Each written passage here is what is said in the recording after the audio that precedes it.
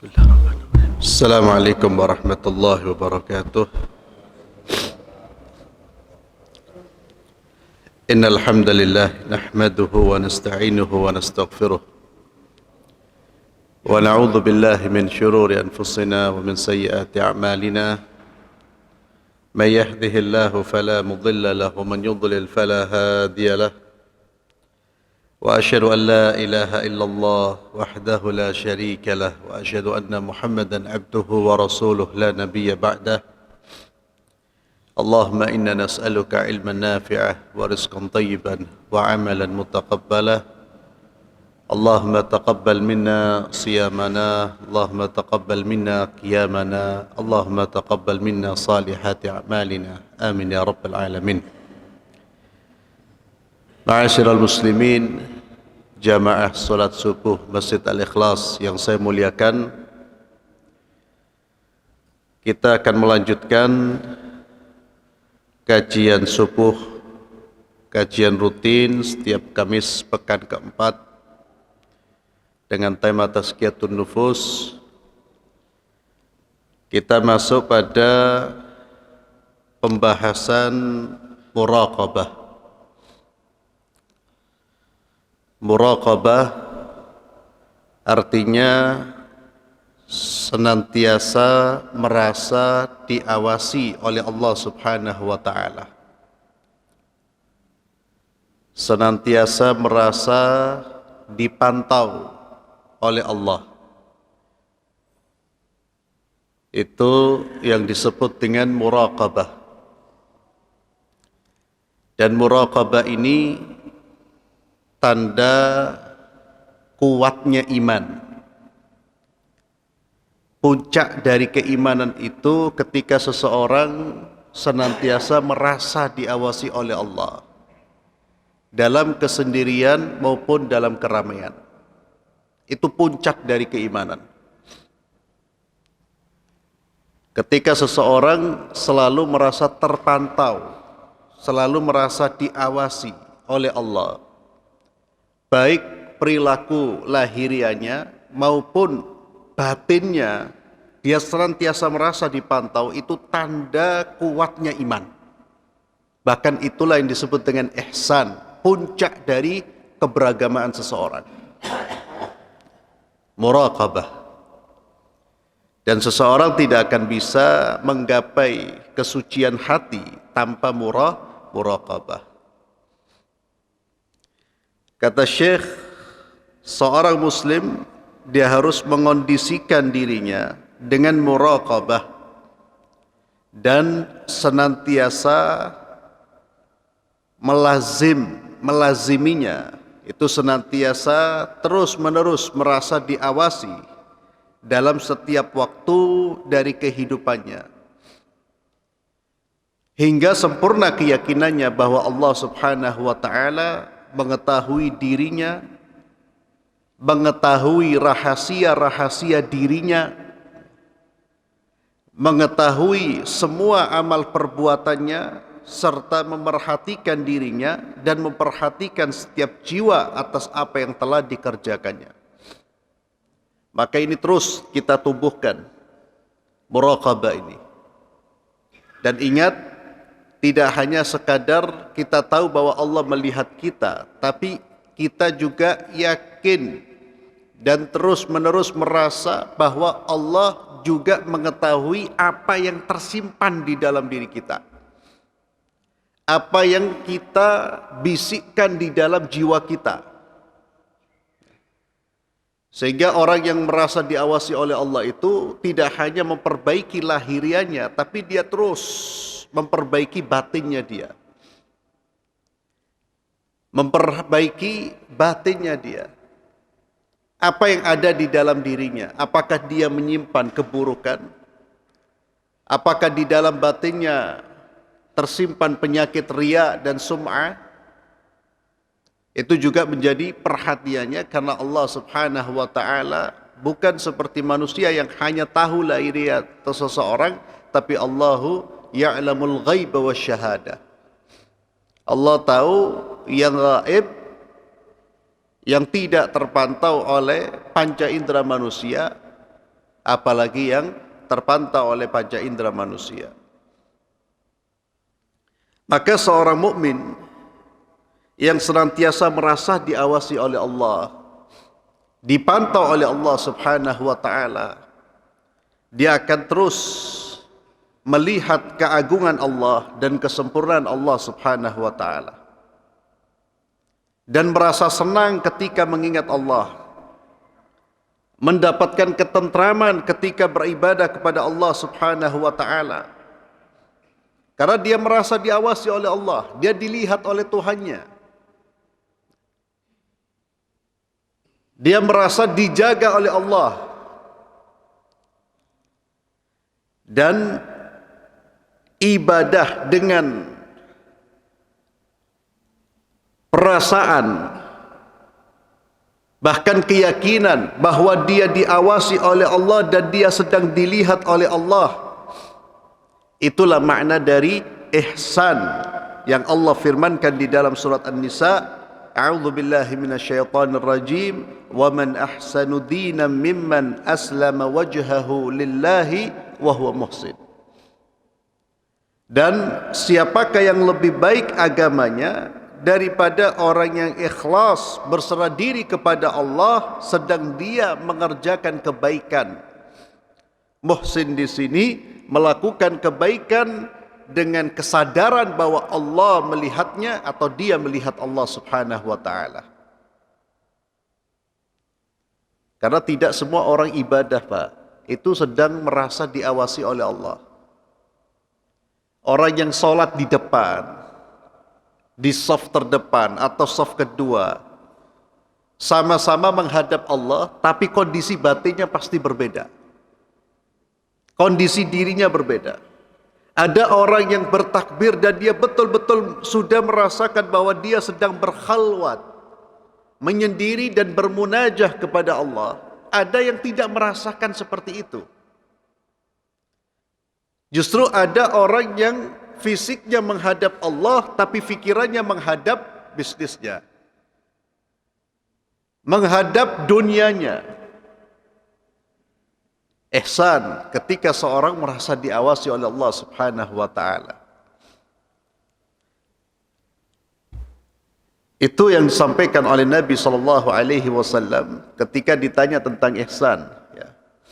Di dalam hadis Jibril, hadis yang panjang di mana malaikat Jibril pernah datang kepada Rasulullah sallallahu alaihi wasallam dalam rupa manusia. Dalam rupa manusia. Beliau tiba-tiba datang ke majlisnya Nabi, duduk di hadapan Rasulullah sallallahu alaihi wasallam, kemudian bertanya kepada Nabi, "Ya Muhammad, akhbirni 'anil Islam, 'anil iman." Dijawab oleh Nabi sallallahu alaihi wasallam, "An tu'mina billahi wa malaikatihi wa kutubihi wa rusulihi wal yaumil akhir wa tu'mina bil qadari khairi wa syarrih." Iman itu kau beriman kepada Allah, kepada kitab-kitabnya, malaikat. Nabi menyebutkan rukun-rukun iman. Lalu ditanya, "Fa akhbirni 'anil Islam." Kabarkan kepadaku tentang Islam. Sebelum bertanya yang kedua kalinya, Jibril mengatakan, "Sadaqta, engkau benar ya Muhammad. Jawaban tentang imanmu itu benar." Kemudian tanya tentang Islam. Dijawab oleh Nabi sallallahu alaihi wasallam. Jibril pun membenarkan, "Sadaqta, engkau benar." Ya, kata Umar pada saat itu, "Fa'ajibna la yas'aluhu wa yusaddiqu." Kami heran kepada orang ini. Mereka para sahabat tidak ada tahu siapa fulan ini. Kami heran kepada penanya ini. Dia tanya, kemudian dia benarkan. Kemudian setelah ditanya tentang Islam, ditanya tentang iman, yang ketiga Nabi SAW tanya, "Fa akhbirni 'anil ihsan." Kabarkan kepadaku tentang ihsan.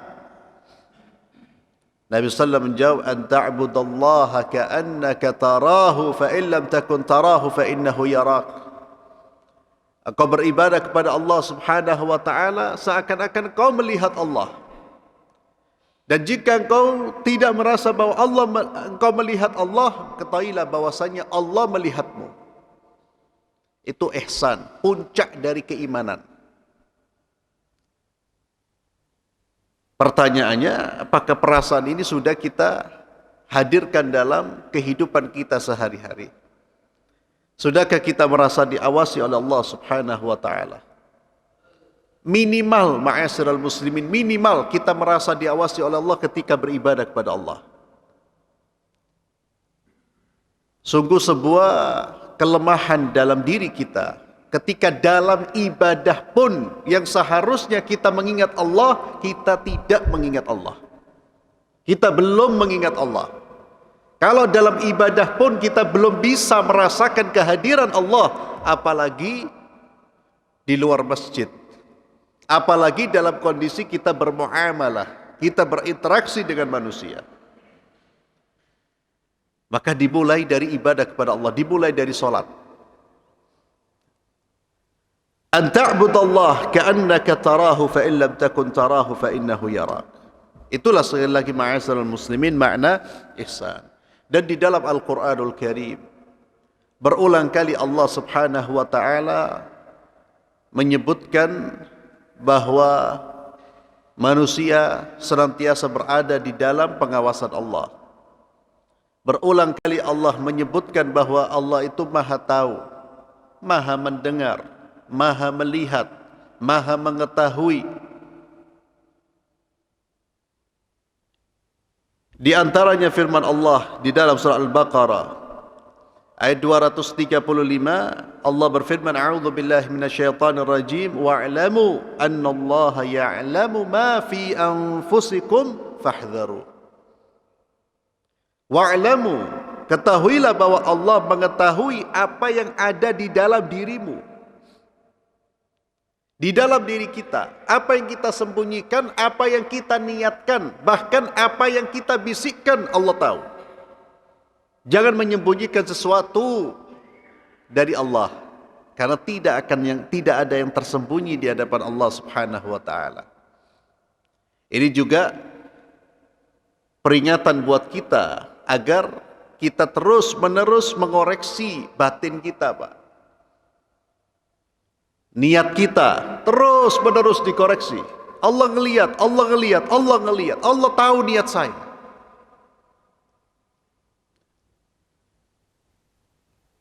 Maka kata Allah, fahdharu, takutlah kepada Allah Subhanahu wa taala.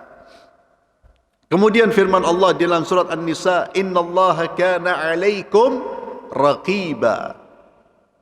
Sesungguhnya Allah Subhanahu wa taala selalu menjaga dan mengawasimu, raqib. Sehingga malaikat pencatat itu disebut malaikat raqib dan atid. Terus diawasi, dicatat oleh Allah, dilihat oleh Allah Subhanahu wa taala. Allah juga berfirman, wa ma takunu fi sya'ni wa ma tatlu minhu min Qur'anin wa la ta'maluna min 'amalin illa kunna 'alaikum syuhudan id tufiduna fihi. Dan tidaklah engkau ya Muhammad sallallahu alaihi wasallam berada dalam satu urusan dan tidak membaca suatu ayat Al-Quran, serta tidak pula kamu melakukan suatu pekerjaan, melainkan kami menjadi saksi atasmu ketika kamu melakukannya itu. Allah juga berfirman, ma yakunu min najwa min thalathatin illa huwa rabi'uhum wala khamsatin illa huwa sadisuhum wala adna min dhalika. Tidaklah dua orang yang berbisik-bisik kecuali Allah yang ketiganya. Najwa itu obrolan yang dirahasiakan, Allah tahu, Allah mendengar. Seseorang sedang membuat perencanaan, tidak ada satupun manusia yang tahu, tidak ada satupun kamera yang mengawasinya, Allah tahu. Mereka-mereka yang merencanakan kebusukan, Allah Maha tahu, dan pasti akan dibalas oleh Allah Subhanahu wa taala. Wa makaru wa makarallah. Makar itu melakukan tindakan yang rahasia, yang nampaknya berbeda dengan apa yang disembunyikan. Allah Maha tahu. Segala sesuatu, wala ta'maluna min amalin illa kunna 'alaikum syuhudan id tufiduna fihi. Dan muraqabah inilah ma'asyiral muslimin salah satu keistimewaan dari generasi salaf. Kenapa mereka unggul, Pak? Generasi masa lalu, generasi sahabat Rasulullah sallallahu alaihi wasallam. generasi tabi'ut tabi'in, karena muraqabah ini masih menghiasi kehidupan mereka. Pada saat itu Pak, belum ada CCTV. Belum ada CCTV, tapi kejahatan relatif lebih rendah dibandingkan dengan sekarang. Karena mereka terawasi, bukan dengan manusia tapi Allah. Masyarakat yang merasa terawasi oleh Allah Pak, insya Allah kejahatannya sedikit. Bukan tidak ada. Di zaman sahabat itu ada kejahatan. Ada orang yang membunuh, ada. Berzina, ada. Tapi relatif lebih sedikit, kecil. Apa yang menyebabkan kejahatan itu dapat diminimalisir? Dengan iman. Iman yang melahirkan muraqabah. Dan yang merasa diawasi oleh Allah itu bukan hanya sahabat-sahabat seperti Umar, Abu Bakar yang selalu bersama Nabi. Bahkan rakyat kecilnya pun, masyarakat yang tidak dikenal namanya, mereka juga memiliki muraqabah. Coba kita tengok kisah-kisah para salafus saleh. Kisah yang sering kita dengar di zaman Sayyidina Umar al-Khattab. Umar al-Khattab itu terbiasa melakukan apa? Melakukan apa namanya itu? Sidak, bukan sidak ya. Patroli malam tapi Umar. Ya, patroli itu ya bukan cari kejahatan saja, tapi memantau kondisi masyarakatnya. Ya. Bermalam, tapi di malam hari, Pak. Bukan di siang hari. Tidak manggil orang Umar, tidak manggil kamerawan, wartawan. Ya. Kan luar biasa itu. Ya. Bukan hanya soal menjaga keamanan atau tidak, cuma dia tahulah seperti kondisi seperti rakyatnya gimana. Turun. Sampai dia pernah mendengar dialog, berhenti pada dialog seorang ibu dengan anak. Sang ibu kelihatannya gak sabar, pengen dapat keuntungan besar. Dia mengatakan kepada anaknya, wahai putriku, anaknya perempuan, wahai putriku, campurkan susu ini dengan sedikit air, agar terlihat lebih banyak, agar menjadi lebih banyak sehingga keuntungannya lebih besar. Kalau susu murni, tanpa dicampur dengan air, ya keuntungannya lebih kecil, lebih sedikit. Kata si putri, wahai ibuku, kebijakan Khalifah Umar tidak boleh melakukan kecurangan. Karena Umar Ibn Khattab Khalifah ya, ini juga punya kebijakan Pak, orang tidak boleh masuk pasar kecuali dia belajar fikih tentang jual beli. Karena pemimpin itu bukan hanya bertanggung jawab soal orang bisa makan, tapi makannya makan yang halal, itu juga tanggung jawab dia. Takut dia rakyatnya makan barang haram. Karena bertanggung jawab di hadapan Allah. Umar bin Khattab punya kebijakan, tidak boleh orang masuk pasar, jual beli kalau dia belajar, harus belajar fikih dulu. Dan ini kita nggak usah jauh-jauh ya. Ini bisa kita terapkan dalam keluarga kita. Lihat anaknya bisnis Pak, panggil. Kamu bisnis ini kamu sudah ngerti syariat enggak? Syariat bisnis kamu ngerti apa enggak? Karena kalau dia tidak memahami tentang syariat Allah dalam soal bisnis, sebagaimana diungkapkan oleh Ali bin Abi Thalib, dia akan makan duit riba, uang riba, sadar atau dia tidak sadari. Jadi kita koreksi ke dalam diri kita masing-masing. Jangan jauh-jauh dulu. Jangan teriak-teriak ke atas dulu. Karena kadang-kadang suaranya terlalu ya bisa tidak didengar ya. Masing-masing keluarga kita, ayo dilihat. Umar punya kebijakan seperti itu. Putrinya mengatakan, wahai ibuku, ini melanggar kebijakan Umar. Kata sang ibu, Umar malam-malam gini di mana? Di mana Umar? Padahal Umar sedang mendengar pembicaraan mereka. Apa kata si putri ini? Putri yang namanya sampai sekarang tidak dikenal, tidak diketahui. Pendidikannya juga tidak setinggi para koruptor itu, ya, atau para politisi-politisi koruptor itu. Setidak setinggi itu. Apa kata sang putri? Ya Umma, wahai ibuku, kalau Umar tidak hadir, aina Allah, di mana Allah? Umar tidak melihat kita, tapi Allah melihat kita. Allahu Akbar. Ini rakyat biasa itu. Aina Allah, di mana Allah? Loh, kalau masyarakat seperti ini, kita seperti ini, Pak, selesai sudah. Tidak ada.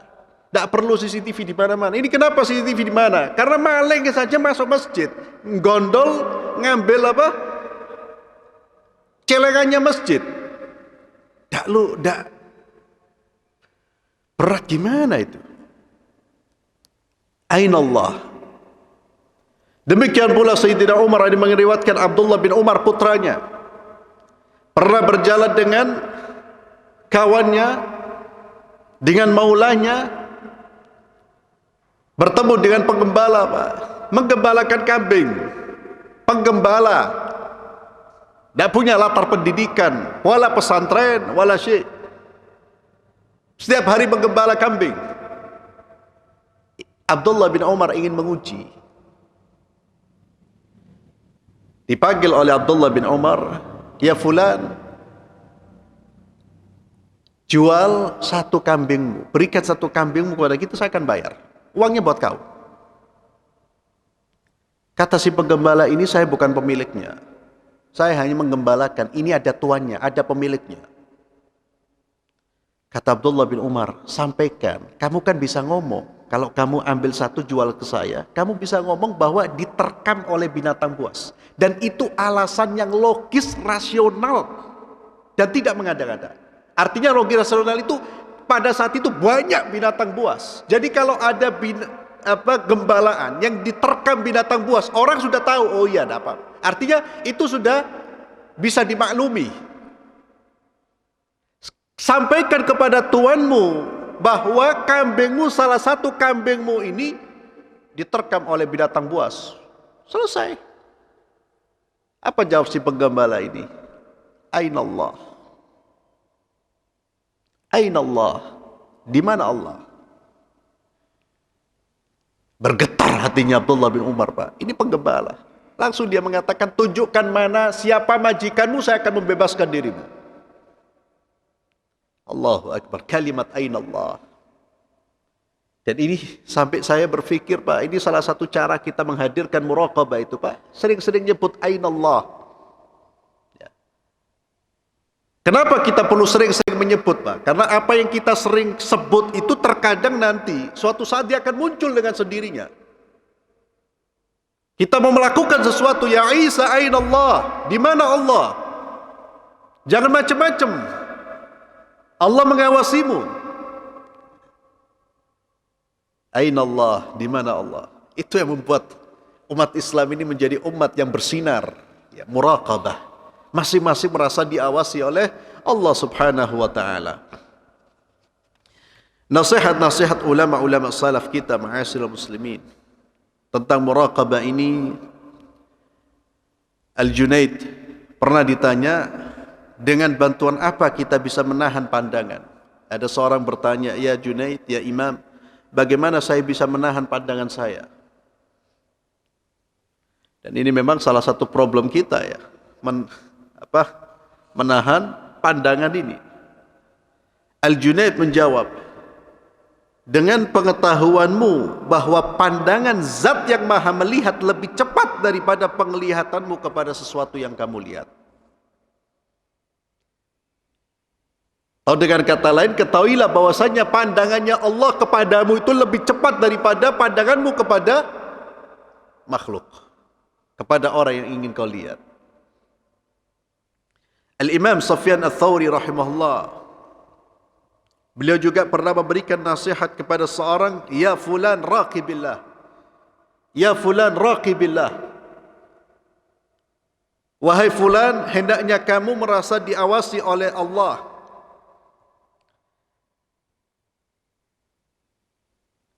Kemudian dia menasihati juga, ya fulan, hendaknya kamu menaruh harapan kepada zat yang maha memenuhi. Dan hendaklah kamu takut kepada zat yang maha memiliki hukuman. Hendaklah kamu merasa diawasi oleh zat yang tiada sesuatu pun yang tersembunyi darinya.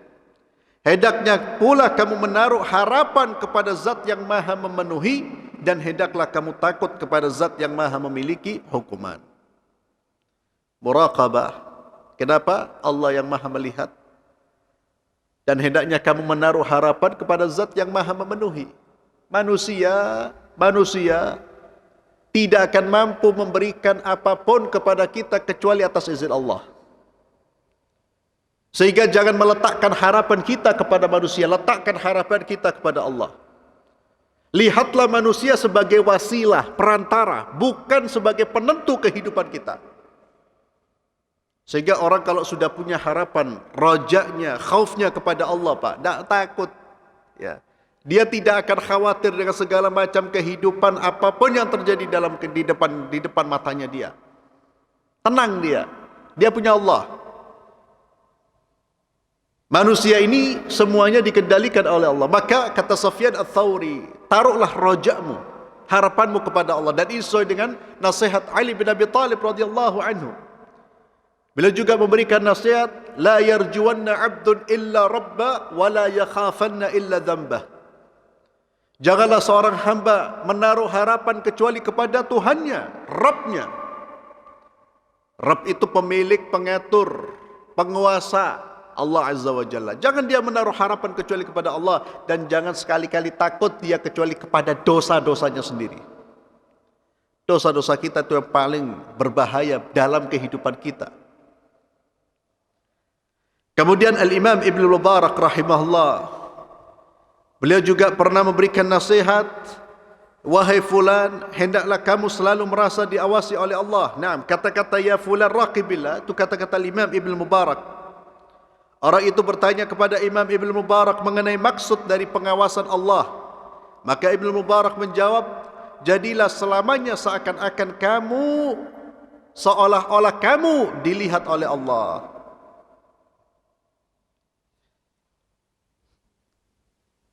Dan kemudian di sini dikisahkan ikhwani fillah. Di sini Syekh di dalam kitab Minhajul Muslim, ya, yang tadi saya kisahkan tentang seorang pengembala, yang di sini disebutkan bahwa itu kisahnya Umar bin Khattab. Ada yang mengatakan Abdullah bin Umar. Bagaimana seorang pengembala yang diuji, ya, dicoba, eksperimen lah. Kalau sekarang ini ada eksperimen sosial. Ya. Bagaimana responnya? Dan ini pun terjadi, saya lihat ada beberapa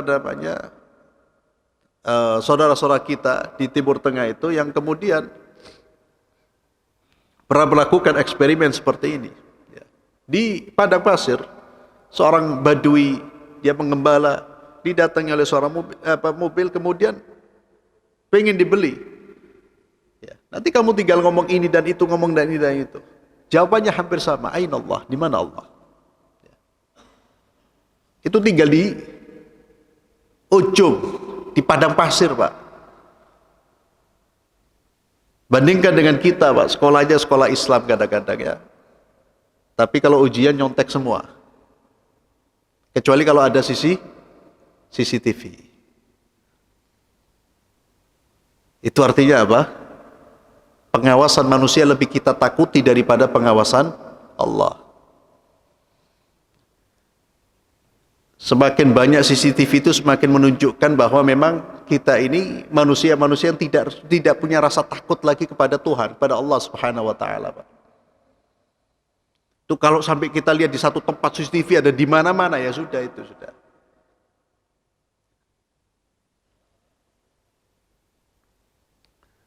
Ikhwani fillah azallah. Kemudian bagaimana kita menumbuhkan muraqabah? Kita menumbuhkan perasaan selalu diawasi oleh Allah Subhanahu wa taala. Yang pertama, ma'asyiral muslimin, at-ta'arruf billah. Mengenal Allah. Terutama mengenal nama-nama Allah yang berkaitan dengan ilmu dan pengawasan Allah. Innallaha sami'un basir, alimun khabir. Itu nama-nama Allah yang berkaitan dengan pengawasan Allah.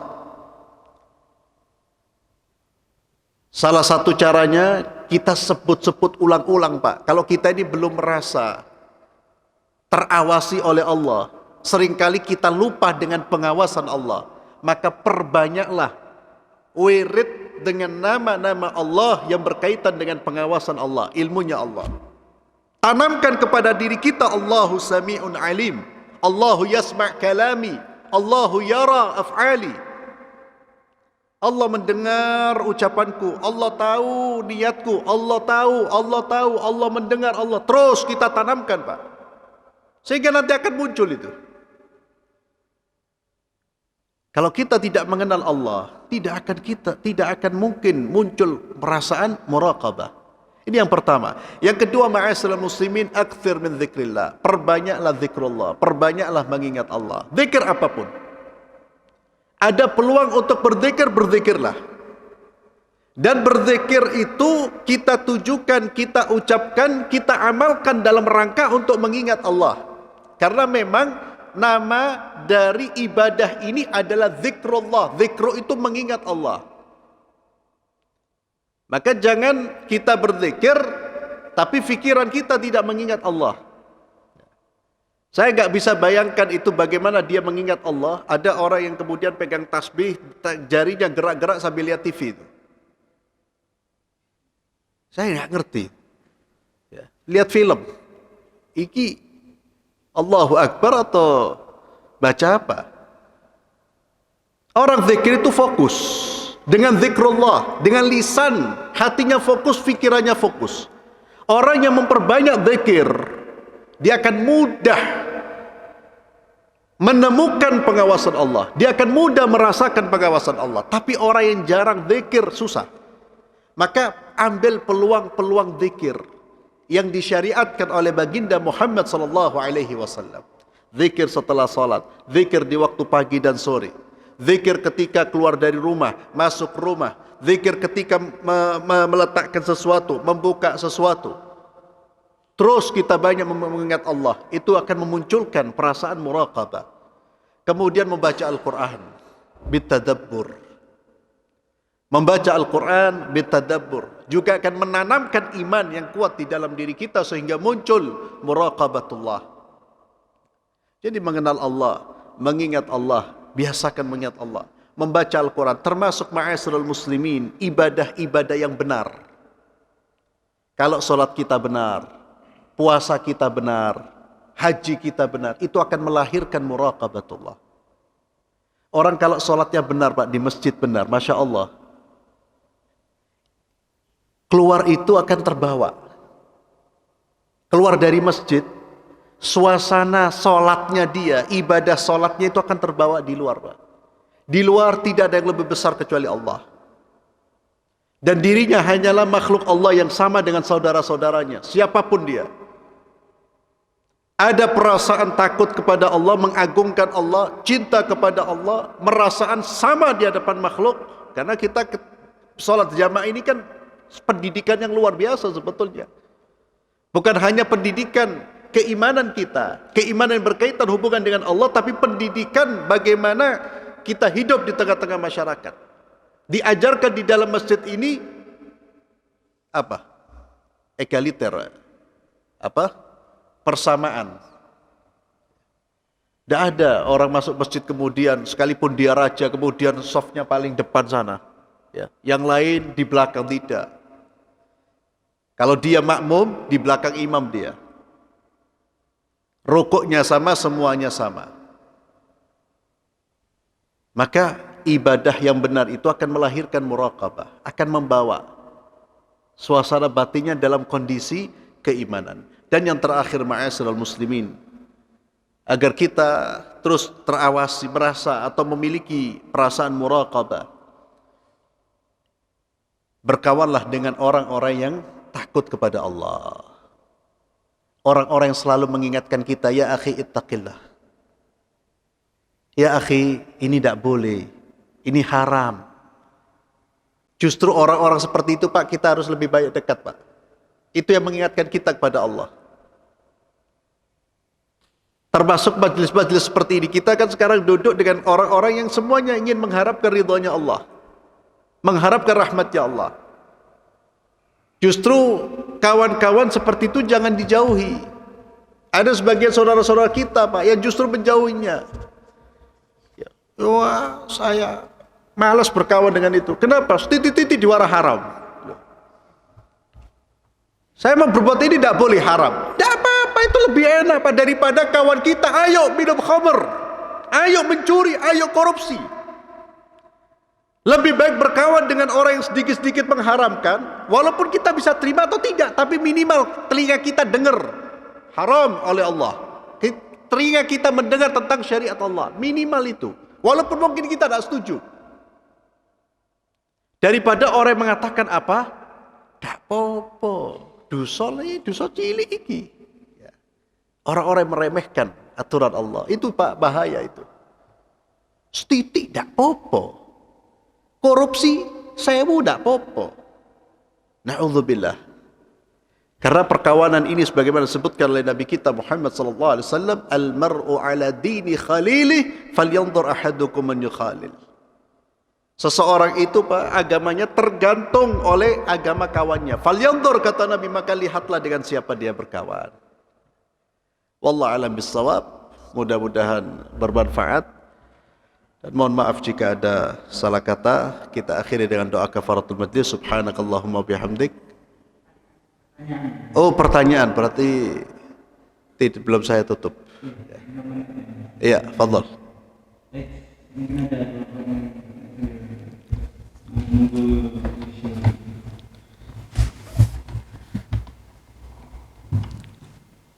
Assalamualaikum warahmatullahi wabarakatuh. Waalaikumsalam warahmatullahi wabarakatuh. Terima kasih Ustaz dari siapnya ini mengenai mulut obat. Kondisi sekarang itu tadi Ustaz katakan memang CCTV itu akan malah membawa mungkin justru di situ CCTV itu milik golongan syaitan. Jadi makin banyak syaitannya sekarang.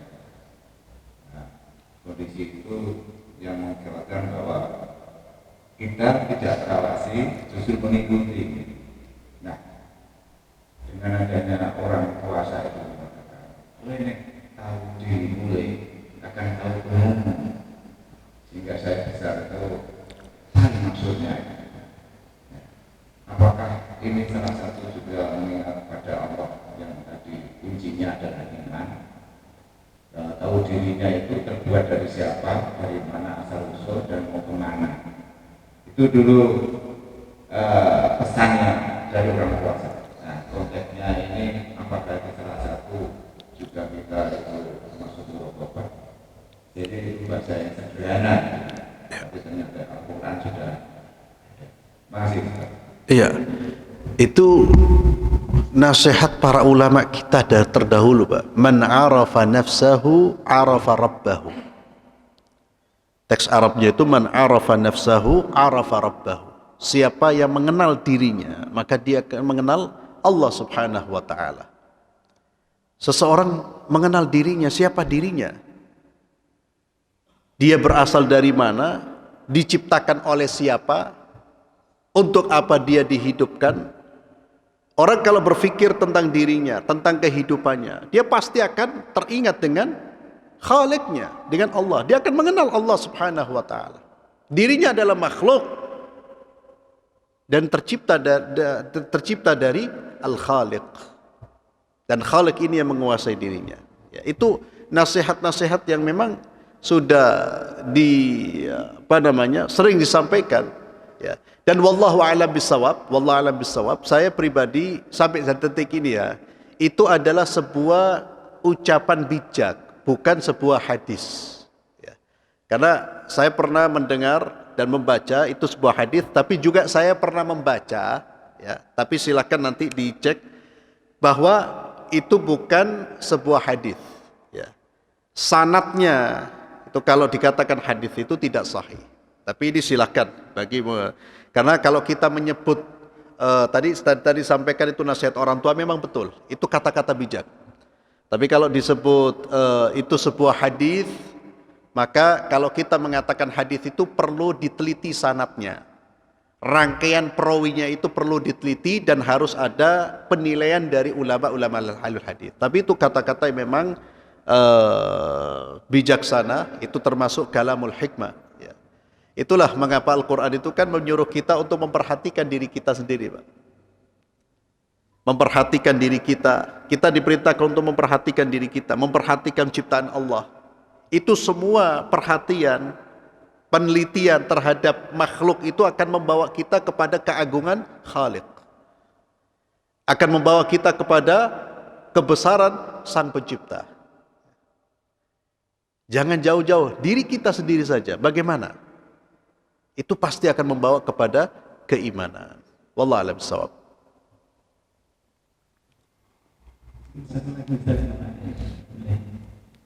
Mungkin ada yang ingin bertanya dari ibu-ibu mungkin.